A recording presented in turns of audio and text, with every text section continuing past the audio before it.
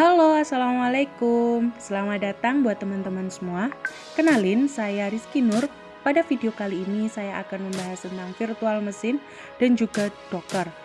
Sebelum kita membahas virtual mesin serta Docker, tugas video kali ini digunakan sebagai penilaian ujian akhir semester genap pada mata kuliah Cloud Computing. So, langsung saja kita lanjut ke pembahasan yang pertama. Sebelumnya, buat teman-teman yang belum tahu apa itu virtual mesin, apa sih virtual mesin itu?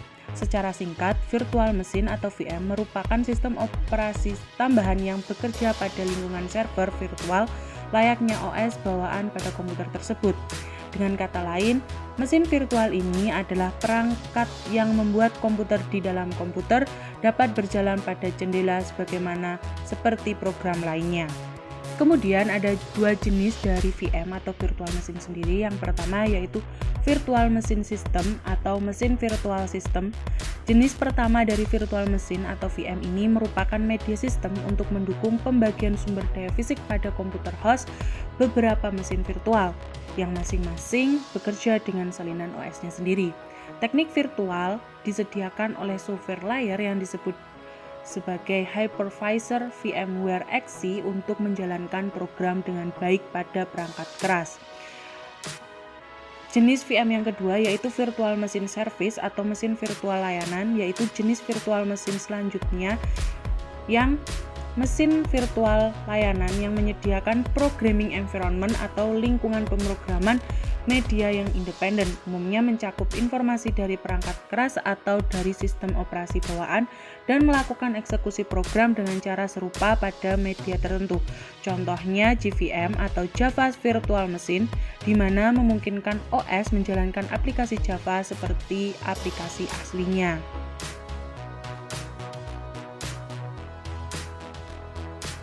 Kemudian, apa sih Docker itu?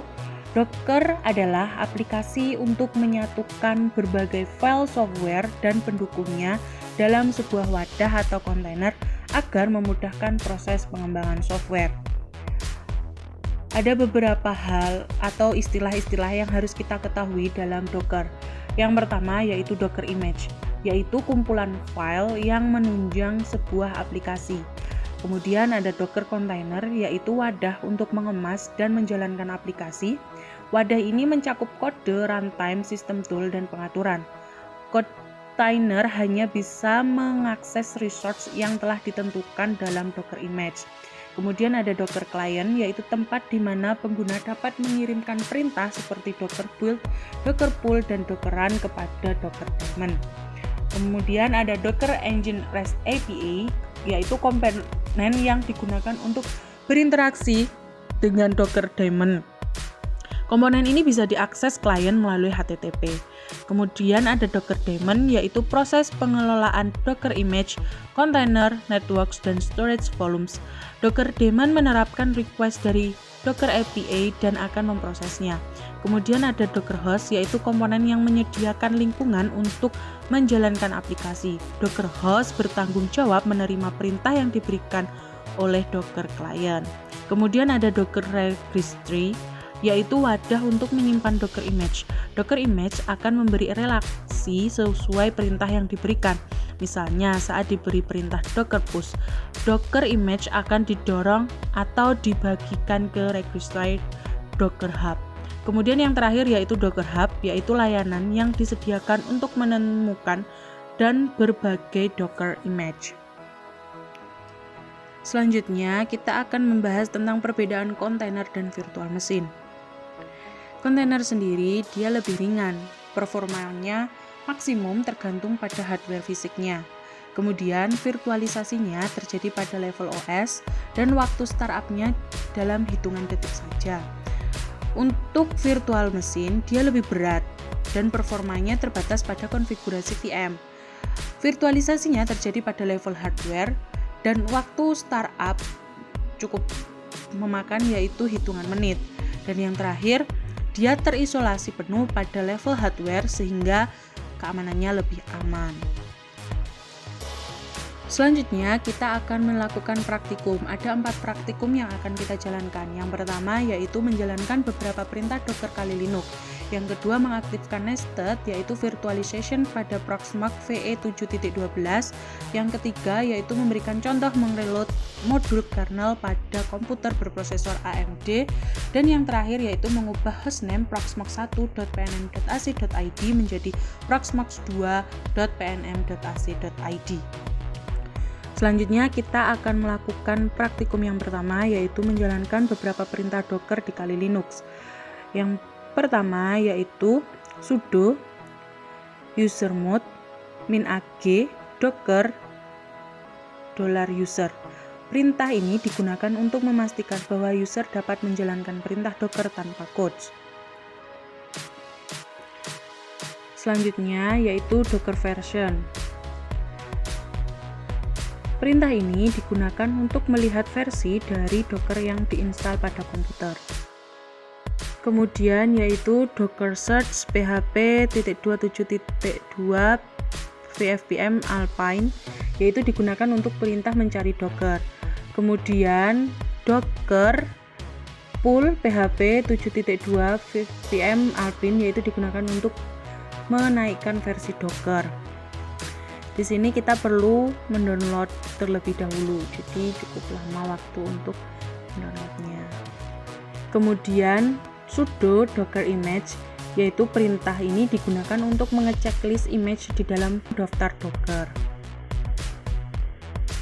Kemudian docker ps, yaitu perintah ini digunakan untuk mengecek list Docker kontainer yang berjalan di sistem. Kemudian lanjut untuk mengaktifkan nested virtualization pada Proxmox VE 7.12. Terlebih dahulu kita masuk pada Proxmox terlebih dahulu. Kemudian kita cek verifikasi nested apakah telah aktif dengan cara cat /sys /modul /kfm_intel /parameter/nested. Jika Y berarti dia sudah aktif, jika N berarti dia belum aktif. Kemudian cara untuk mengaktifkan dari nested virtualization yaitu menambahkan parameter dengan cara option kvm intel nested sama dengan Y, yaitu pada file etc modprime.d /kvm min intel.conf. Kemudian di enter dan kita lakukan reload ulang dengan kernel KFM Intel, yaitu dengan modprobe -r KFM Intel dan modprobe KFM Intel. Selanjutnya untuk mengreload modul kernel pada komputer berprosesor AMD dapat kita lakukan dengan cara yang pertama untuk mengaktifkan nested virtualization dengan hampir sama dengan Intel, hanya saja pada KFM min Intel kita ganti AMD dan juga pada nested diganti -1.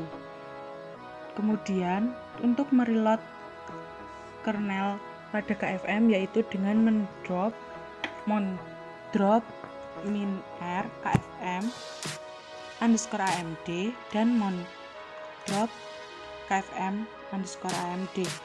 Karena di sini saya menggunakan laptop dengan prosesor Intel, makanya tidak dapat melakukan reload dengan AMD.